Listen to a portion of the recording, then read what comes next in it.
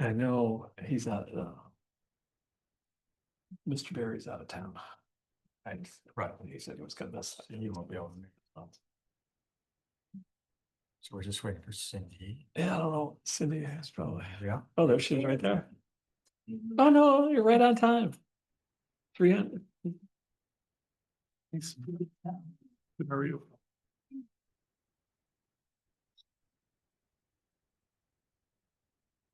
All right, let's go ahead and get started. I want to call the September regular meeting of the Town of Groton Complete Streets Advisory Committee to order and start with the roll call. Myself, Brian Kent. Tom Olson, member. Cindy Barry. Members that are present, Lori Henderson is on her way. And we have Deb Jones. Oh, sorry, Patrice, I missed you. That's all right. Couldn't see you, you're right there. Deb Jones and Greg Hanover from the town of Groton. Okay, so do we want to wait for it all, or should we Probably do like. yeah, let's okay, so let's do the approval of minutes. I have a motion to approve the minutes. I move we approve the minutes as they were presented. Second. Any questions or comments on the minutes? Or just to note that Tom Olson added some information to what was in your packet last month. I believe that's right. Yeah, I included, when the discussions came up, I included the documents that were brought up during the discussions. Right. For clarity. Which were excerpts from the police streets and trails plan. That's right. Yeah. Okay, thank you for adding those. The ones that look for the categorization of the road. It's, yeah, right, Yeah. yeah. Yep, okay. All right. Hearing no comments, all in favor of approving the minutes? Aye. Aye. All right. That's approved. So next we have communications, and the communications that I've had related to I guess an issue that Tom Olson brought up via email regarding the difficult wayfinding legibility of the pathway to the Gold Star Bridge from the city of Groton, the south side of I-95 side. And the fact that the signage is sparse and rather remote, and that it's difficult for people who've never been there to understand where to go. So this was in the agenda. As you see here, poor wayfinding signage pathway, and Patrice reached out to me asking if perhaps we could invite Sierra Patrick, who's the City of Groton's Economic Development Director, to talk about that, since it's in the city and the larger issue of bicycle wayfinding. I reached out to Sierra. She's not here today, obviously, but she did send me a message, and she stated that wayfinding signage has not been a part of the city's ongoing conversations with DOT. However, it's something I believe we will discuss further as they get closer to a final design. The city is open and supportive of wayfinding signage. We provided a letter of support for the Tri-Town Trail wayfinding application and are open to collaborations with the town, state, and other groups to discuss, plan, and or implement wayfinding. Now, what she's referring to when she says DOT getting closer to final design is the design for a roundabout at the intersection of Bridge North and the on-off ramps to 95. That is where the wayfinding falls apart if you're on a bicycle and trying to figure out how to get to the bridge. So this was good in that it raised the issue to the city's attention, so that hopefully the state will look at this and make an effort to make the wayfinding to that pathway clearer. Thank you for reaching out. I very appreciate Yeah, it. sure. And then before we started the meeting, I just was telling those that were here that I had a warm showers bicycle traveler. And so we're warm showers hosts. It's a network that puts people up that travel by bike, and also you can, it's kind of a reciprocal network where you can stay with people and they can stay with you. It's all over the world. It's actually more popular in other countries than it is here. And I've had a couple of hosts so far, but this was a young college student from Germany. He had no idea where he was going except what he was following on his phone, which is a mapping app. And I gave him a lot of insight on how to get onto the bridge that would have been difficult for him otherwise. Okay. Hi, guys. Hello. Sorry for my ladies.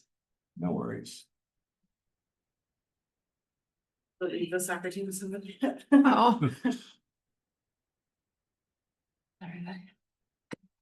All right, so Lori's here and that, and so Lori, we just covered communications and referring to the wayfinding to the Gold Star Bridge, or the lack thereof. And we've approved the minutes. And we didn't have any new business for this month, so we're gonna move right into old business. Okay. The first item is the pump track construction and schedule for opening. So the majority of the work on the pump track was completed a few weeks ago. Now that the earthwork was completed, the contractor finished up and left. And then the consultant, which is Kent Frost Landscape Architecture, began doing what I would call kind of a ride and adjust process where certain features were adjusted in the field using shovels and wheelbarrows. Because that's just the way pump tracks go, you know, the professional contractors, unless they build pump tracks all the time, they do the best they can. And in this case, they did a very good job. They really did. But there are always things that could be improved. So that has been going on. And at our last meeting, I mentioned that there was a contractor who, through his suppliers, was willing to donate all the materials for the observation deck, which is a big improvement in amenity enhancement for the track. Part of the original design, but outside the budget. That was and that was confirmed. And this contractor is local, who builds decks for a living, had it all lined up, but it has taken a couple of weeks for him and the town to get everything on the same page as far as insurance is concerned. And he has never worked for a municipality before, so this is a very large learning experience for him to take care of that. So I'm happy to report that work on the deck began today. That should be finished by end of next week. And so with that taken care of, a grand opening for the pump track will follow. And since we just got the notice to proceed and you just started today, we really haven't had a chance to coordinate with Parks and Rec when the opening might be. But I'm hoping it can be the weekend of October, I think it's the 11th. It's a Saturday.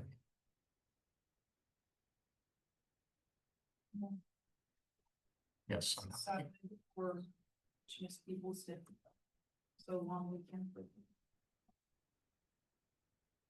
Yeah, but that's what the 13th, that's your meeting. That's 13th is Monday the Monday. 13th, yes. So I'm hoping it can be the 11th or the 12th. And we'll see. So you may want to just pencil that in if you're interested in. I will get it out.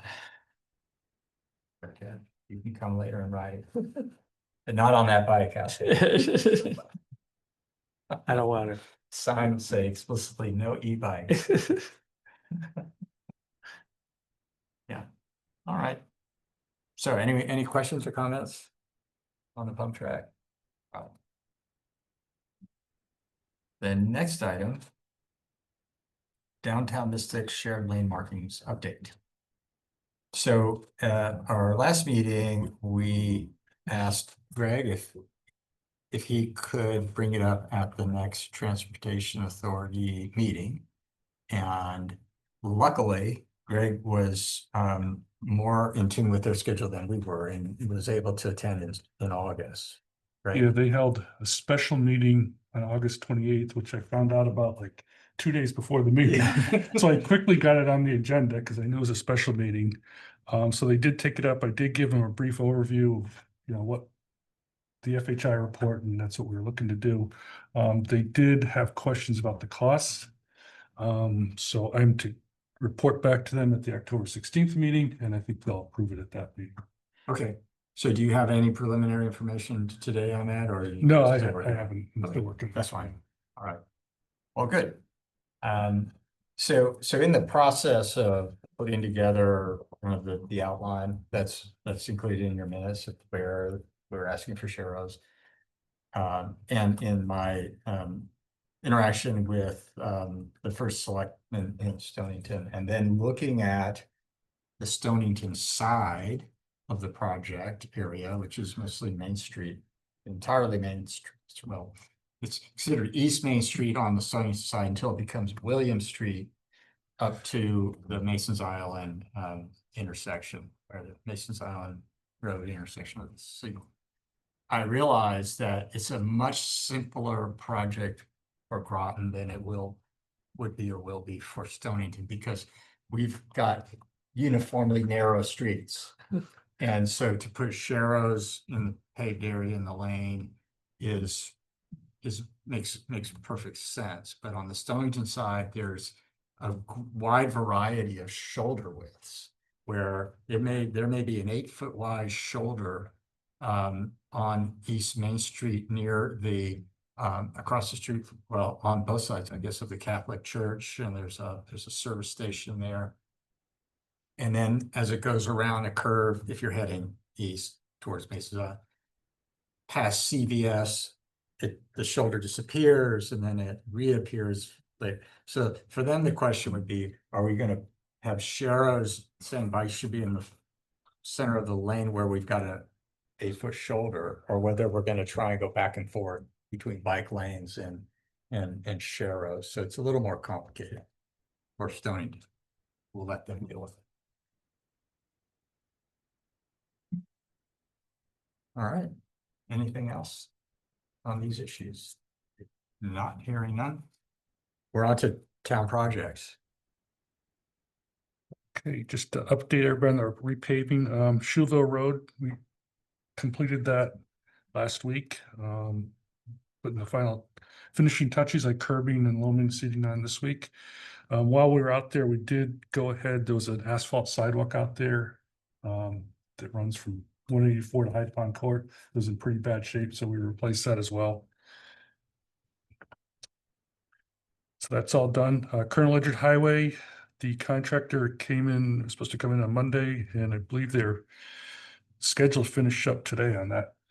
It ain't gonna be done today. I just wrote it at Did you? at I haven't been out there. 12:30, and it was still just bare, milled. No, okay. Okay, and I didn't see anybody put any asphalt out. All right, well, they'll be finishing up. Yeah, I haven't gotten. it's a work in progress, no Yeah. doubt about that. Yeah. So that one will get done. And then our next one we'll be doing is Godfrey Road and Mystic for paving. We are putting our paving schedule together for next year. One of the roads that is of interest to, I think, everybody in town that will be repaving or looking at repaving is River Road. That's awesome. Yeah, that's a good news.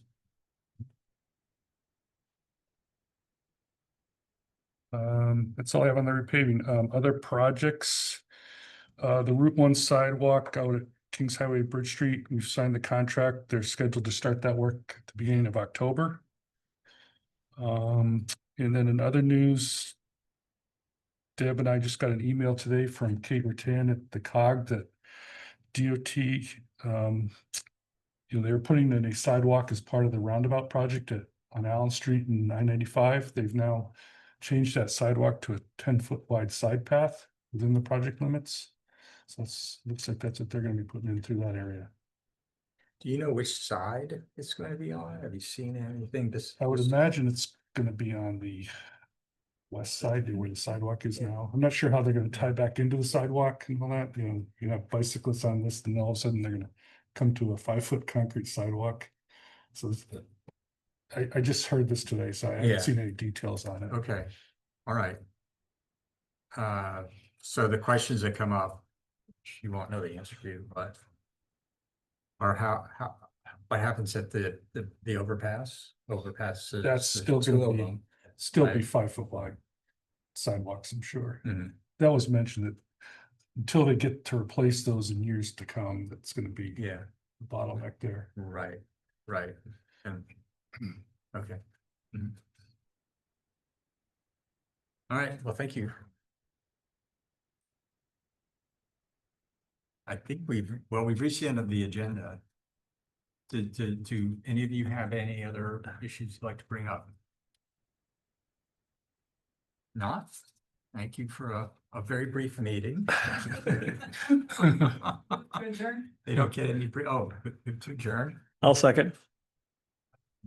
Thank you. Our next meeting, we should. Sorry. I'm a approved by consent guy, so we should vote to adjourn. Aye. Aye. So, That's- um, So we are done here. Yeah. yes. Done. So-